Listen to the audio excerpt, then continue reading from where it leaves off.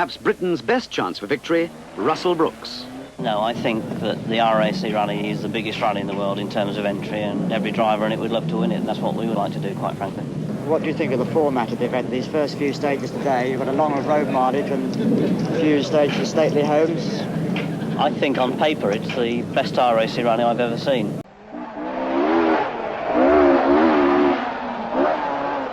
Brookes has lost a good half-minute by rolling and is desperately trying to regain lost time and catch up.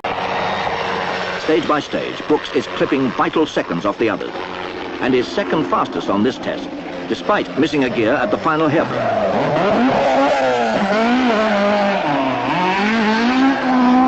Next up should be Ari Barton.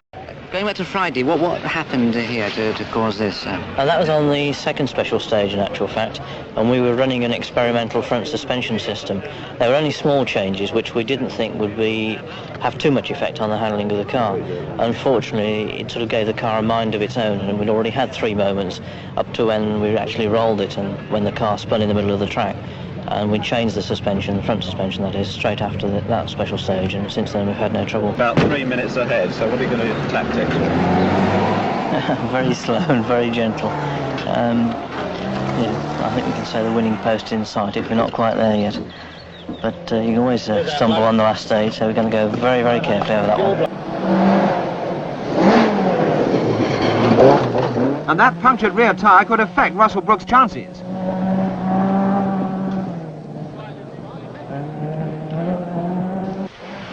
He's very close now to Roger Clark, who's only too well aware of the threat. One of the most promising British drivers and already looking impressive in his escort.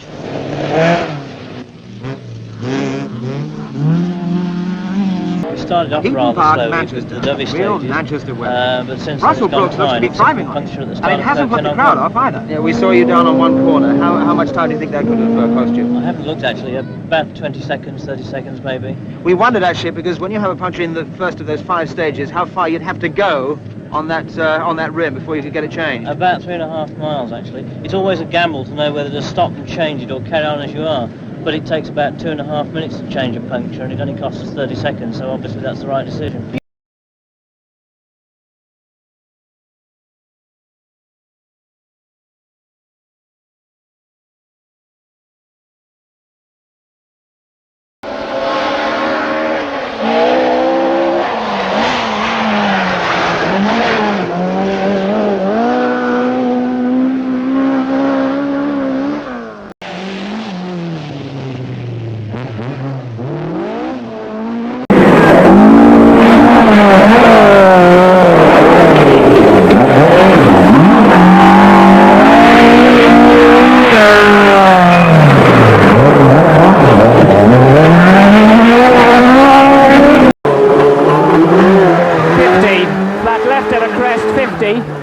Pace notes from Brian Thomas, and Russell very keen to show what he can do in the car in which he won the Manx this year, albeit by a team orders arrangement with Mark Lovell. Camera mounted in the front bumper to try and portray the speed and commitment of these drivers. Left into K right over crest, K left, right and bad left. First chance to see the stage run in full, 2.89 miles long, and we're on the twisting incline that forms the first third of the stage. Uphill and tight, but speeds hovering around 100 miles an hour here. And driving on high-speed tarmac, the approach has to be that bit more nervous and that bit more precise. Now the cattle grids will provide our checkpoints to compare performance. First approaching, Wilson was through that in 53, and Brookes predictably 2 seconds quicker. From here, just a short sprint to the cottage at the summit. And another grid that signals the start of the real bravado for the drivers. After the cottage, sharp left and right that can get the tyres smoking but can really cost you seconds if you get it wrong. From here, it's flat all the way, or as flat as you dare. Just as you're putting your foot down here, though, 2 yumps where the car can easily jump straight off the road if you get the alignment wrong. Now the next big decision for Brookes is a few hundred yards away, the second cattle grid checkpoint. It's barely a car's width wide. If you take it flat, it's around 115 miles an hour, and the grid's on the wrong side of the road as well. And Brookes, can you blame him, changing down, backing off a little, maintaining his pace at 2 seconds quicker than Wilson. And now the stage swoops downhill towards the notorious right-hander of Slater's Bend, where Chris Slater launched the car off 50 feet into the valley below on the Manx Rally a few years back. Flat right tightens. Left-hand drive the car, which isn't Russell's favourite format, and it's obviously strange to most of the British drivers, but on flat-out tarmac stages with so little margin for error and where judgment needs to be so precise, well, left-hand drive is just another element that can put doubt in the mind. And flat right. Brookes 2 seconds quicker than Wilson on the climb up from the start, is struggling really to improve any further on that. 2:38, the early target time set by Wilson. Final hairpin now. And Brookes through the finish, 2:36. Well done, Russell, that was very good. The Brian Thomas verdict, Russell would put it maybe another way.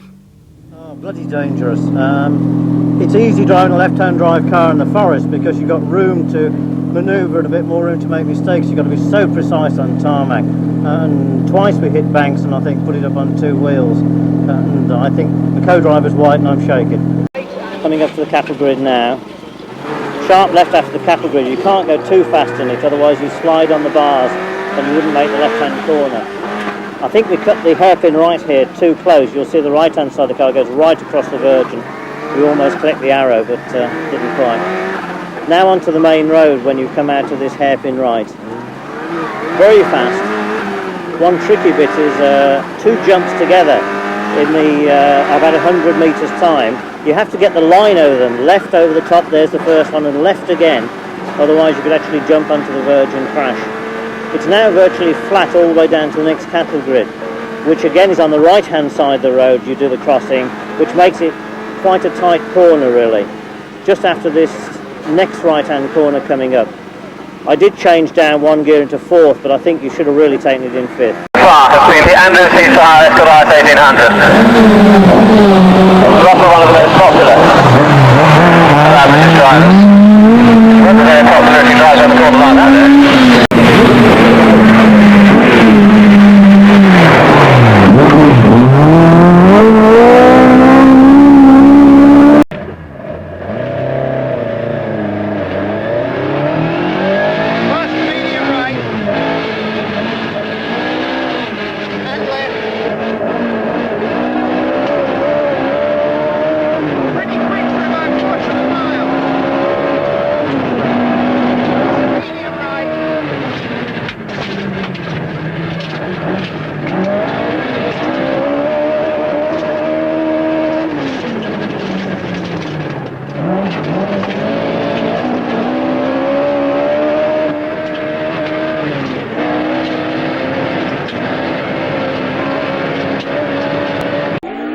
Brookes is now on his favourite stages, and he begins to close the gap on Raw.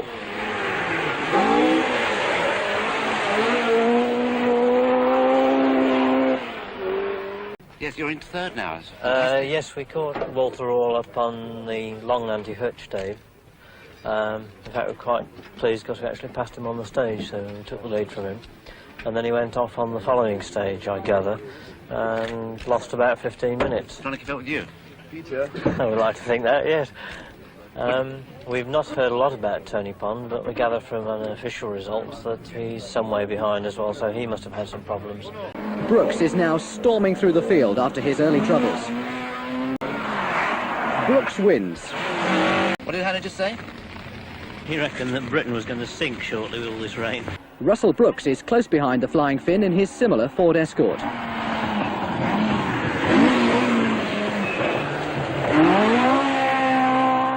What's gone wrong?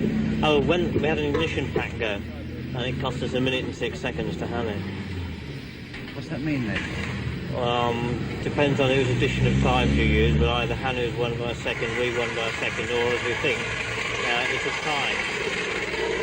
And if it's a tie, Hanu wins on the tiebreaker. 3rd in the rally, Russell Brookes and Paul White, 2 seconds down on McRae.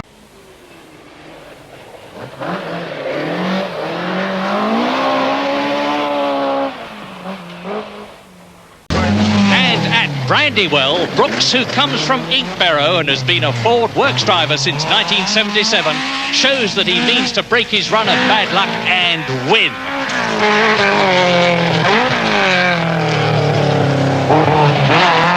Yes, pretty well now, although I think it's going to be a very, very hard battle today with Jimmy McRae. He's going incredibly well. We're only 42 seconds ahead of him, which really is absolutely nothing.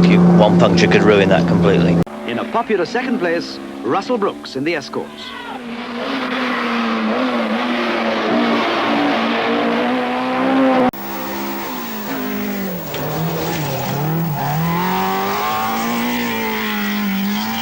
Russell Brookes in the Talbot Sunbeam is also looking to open his account in this year's Open Rally Championship. Brookes is a renowned Epind expert, and he is fastest by no less than 15 seconds.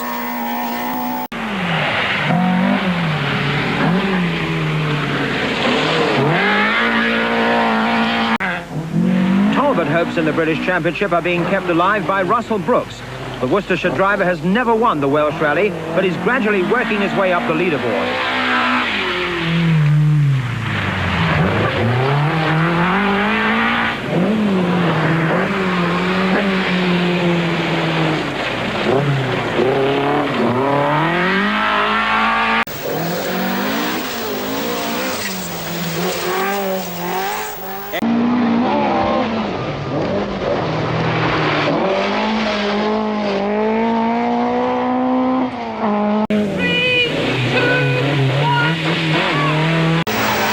That means Russell Brookes moves up to 4th position with his Vauxhall, desperate to give the manufacturer another win with the sleek racer which won here last year, driven by Tony Pond. You know, particularly on an event like this, which is so incredibly fast, and where you're using the stages so many times, you're going to be squeezing the very last inch out of the road, and I think it's inevitable. There are going to be some quite high-speed accidents, particularly on the 5th and 6th times to the same stage. Brookes in the Vauxhall Chevette has settled for 2nd place. It's his best position of the year, and he's taking no chances.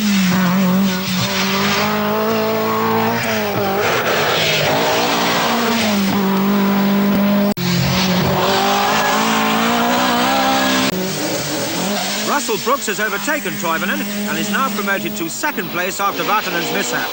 So it looks as if British drivers are heading for a 1-2. But Brookes makes a mistake in the rain. The front corner of the Chevette has been ripped away, although the car is still going very quickly.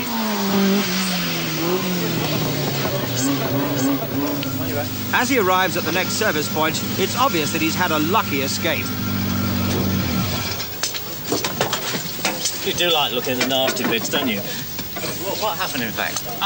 We're just going a little too quick and slid wide on a corner and clipped a bank. Nothing desperate. Mechanically, the car's perfect, so... Because you were going very well up to then. Oh, yes, still are going well. Well, has it dropped you down a bit, Russell? Yes, well, we'll have to go a bit quicker now. Brookes is dropping back, slowed by an engine problem, but showing no lack of determination. Debut with the car, and he's now challenging KB in 6th place.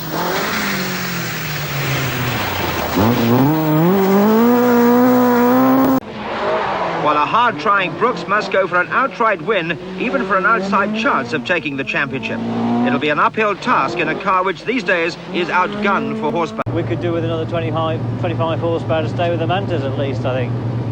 Where are you lying now, Russell? We're 4th. I guess we're something like 1.5 minutes behind Jimmy. And we're about 40 seconds ahead of Terry Cabey. But Bertie Fisher in one of the privately entered Mantas is now catching us since it's gone dry, and we're going to have to look out for him tomorrow as well. Anything you can do to go faster tomorrow, then? Probably go off the road if we did go any faster, I think. After gaining 5 seconds on the opening test of the day, Brookes is only able to steal about a second per stage. It may not be enough to grab 3rd place.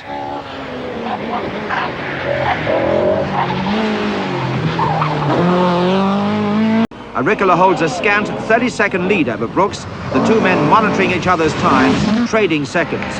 Clearly it's going to be a fascinating struggle, and Russell, twice winner of the Circuit of Ireland, is warming to his task. Monday morning, and the man from the Midlands heads north for Galway with a 3.5-minute lead. It's been Russell Brookes is again in full control. Nothing go wrong with the car whatsoever. We had one very minor spin on a stage. Otherwise, it's been very easy going for us, and we've gradually seen people drop out around us. When Penty Ricola went off the road, we were within 3 seconds of him, I think, pushing him very hard. And of course, that's made our life a lot easier. So no one is coming from behind then either? Well, I wouldn't say that. I mean, Bertie Fisher's going very quickly, and Terry Cabey, of course, is still only 3 minutes back. And bearing in mind that we've got the length of a Scottish International Rally or even almost an RAC Rally still to go, it gives you an idea of how long and how tough this event is.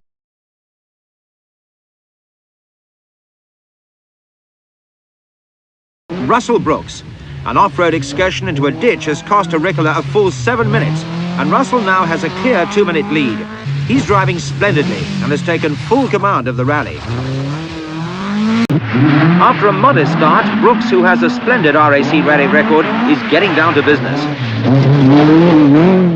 But Russell Brookes has stormed through the vast expanses of Kielder Forest overnight and has clawed his way up to 4th place. I think our positions have changed something like 5 times, but of course the last couple of stages, Grisdale, which were covered in sheet ice, have really changed things because, as I understand it, Voldegaard's gone off, Henry Toivonen's blown his engine up, Jimmy had a minor indiscretion, so that leaves us in 3rd place. Suddenly Brookes is only half a minute down on the Scotsman, and the battle is on in earnest once more.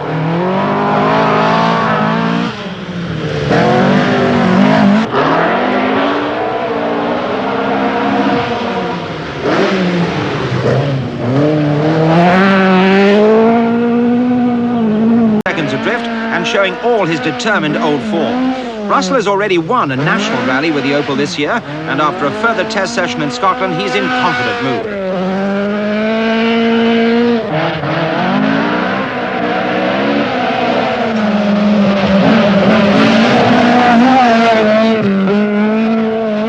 I think the fact that it's now daylight is not so much in our favour, because if you stick your neck out, you can gain more time at night, but we'll see what happens. It must have been very demoralising for you, that, Russell, though. We were doing so well. Yes, it was very much so at the time.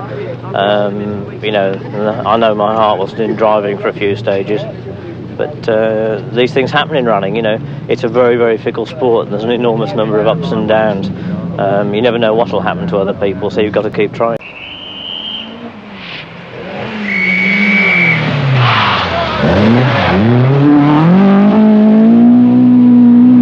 Brookes may be able to snatch a lucky victory, and he is only 3 minutes down on Wilson now.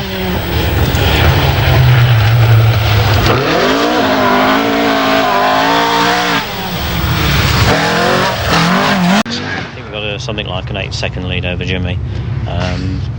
I think it's useful for us to try and pull out as much time as we can on the Tarmac Epping stages, because it's going to be very, very difficult to beat the Quattros in the forest, and the real big joker at the moment is dust.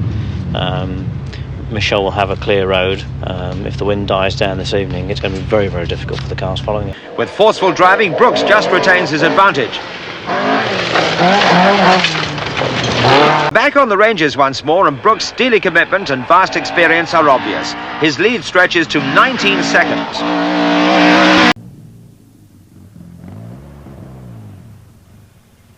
Russell, even parking the thing is hard enough. Are your worst fears confirmed?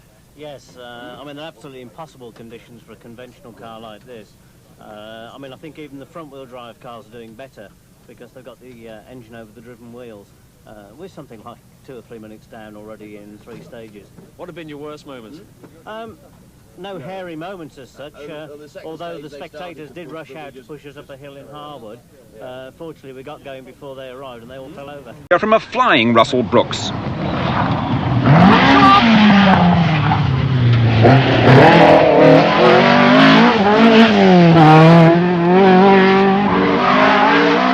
Russell's really got the bit between his teeth and sees the championship within his grasp. And was Brookes concerned about the threat from the latest Audi supercar?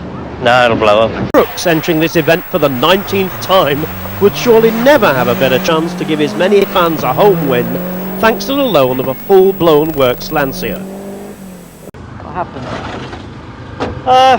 Just slightly too quick. We slid wide on a corner, didn't actually go off the road. The back wheel was just on very soft mud, and the car just sat on the chassis rail as the wheel spun.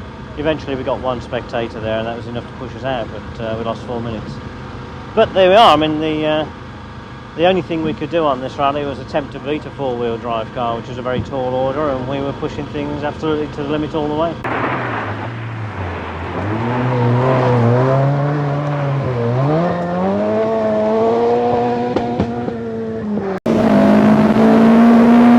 Flat right 50, K left tightens, 50.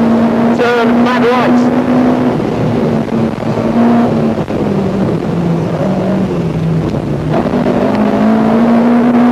Right into turn, bad left narrows.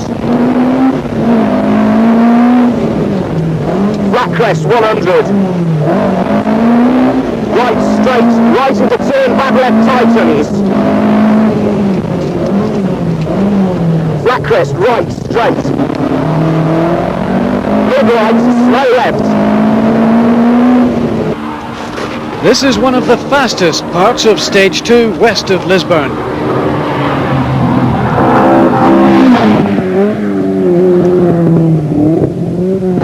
Well, let's see the same section again from inside the Manta. Flat right 50. Left 52, bad right tightens. 100.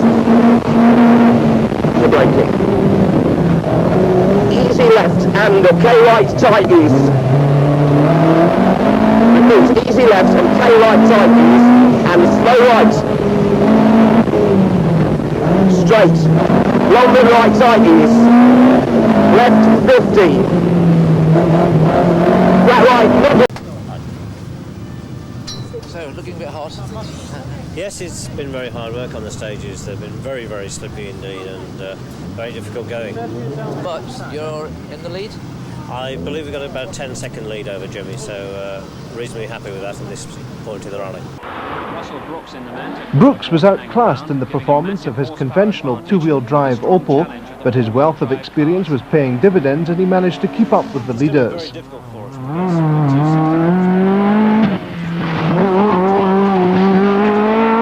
400 horsepower and upwards, and I think it's going to be a very, very big problem to be there with the Manta this year. We're going to be trying very hard there. In your mind, it's going to be the horsepower that decides it, rather than four-wheel drive or two-wheel drive? More than anything, yes, but of course if it is pouring with rain, some of these stages are very muddy on some of the square corners, and the four-wheel drive gives a big advantage out of the square corner.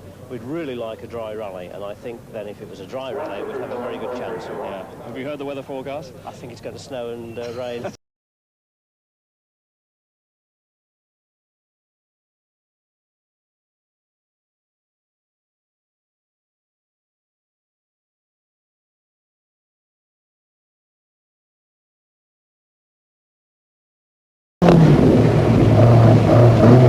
Left 50, black crest 50, left into K left tightens, mud. Straight, flat left, long flat right and quick left over.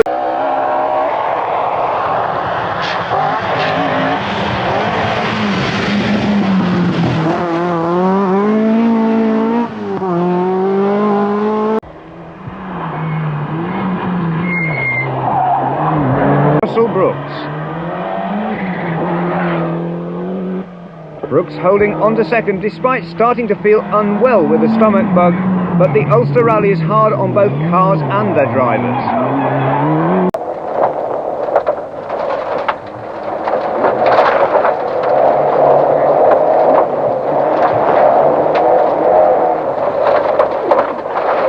Tight to the right.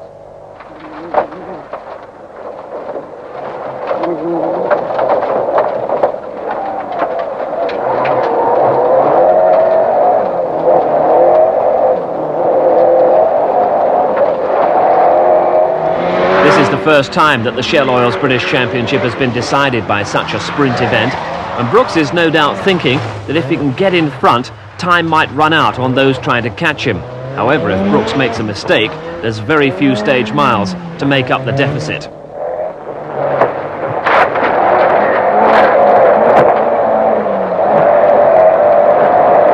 Going to be a very long left.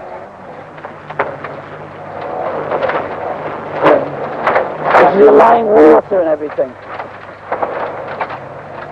That was one point where Brookes, with his hand wrenched off the wheel, came close to losing the championship. At this pace, there'll be plenty more moments like that. Trying hard, but with very little reward, Russell Brookes in the two-wheel drive Manta, now losing more time on the loose surface.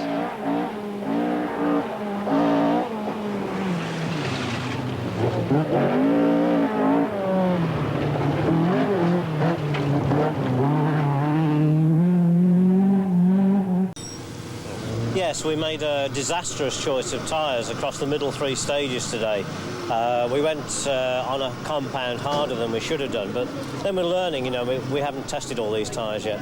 But we lost 27 seconds in three stages, and that's roughly where we are now, 26 seconds behind Jimmy. Medium right, K left, and right, and flat right, straight left 100, flat right maybe, tightens over jump 200, easy left tightens over crest 50. Brookes giving it a lot.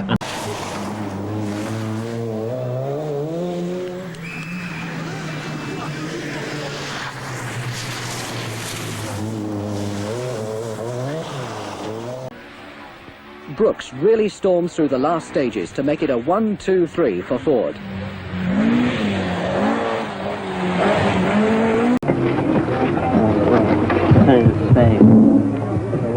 Have you completed your stages yet, Russell? Or have you come in between them? No, we've come in between them because we broke a rear shock absorber and we've also had some more brake trouble. So we cut out in the middle of them to try and get it fixed. This is not our rally. Definitely not our rally. Definitely. Thanks very much. Give him win it 2 years running. Oh, absolutely super. I mean, this year's rally was incredibly tough. You know, even just to get here is very welcoming, but to win it as well is sort of double pleasure. It really was a very, very tough event. Thanks for coming on. Superb victory won from the front of the field. Without an international rally win since the Manx in 1979, no wonder he and co-driver Mike Broad looked pleased.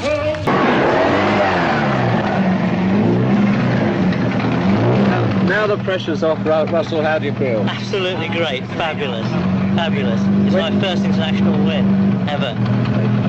When you rolled it on the very first day, did you ever feel you'd be in the lead at this stage, on the last stage of the rally? No, never, but it's proof that you should never give up trying, isn't it? Car's done fabulously well, you know, it's an escort to finish the Scottish, and the punishment that I gave it as well, superb. Russell Brookes and co-driver Mike Broad, who are the 1985 Shell Oil's RAC Open Rally champions.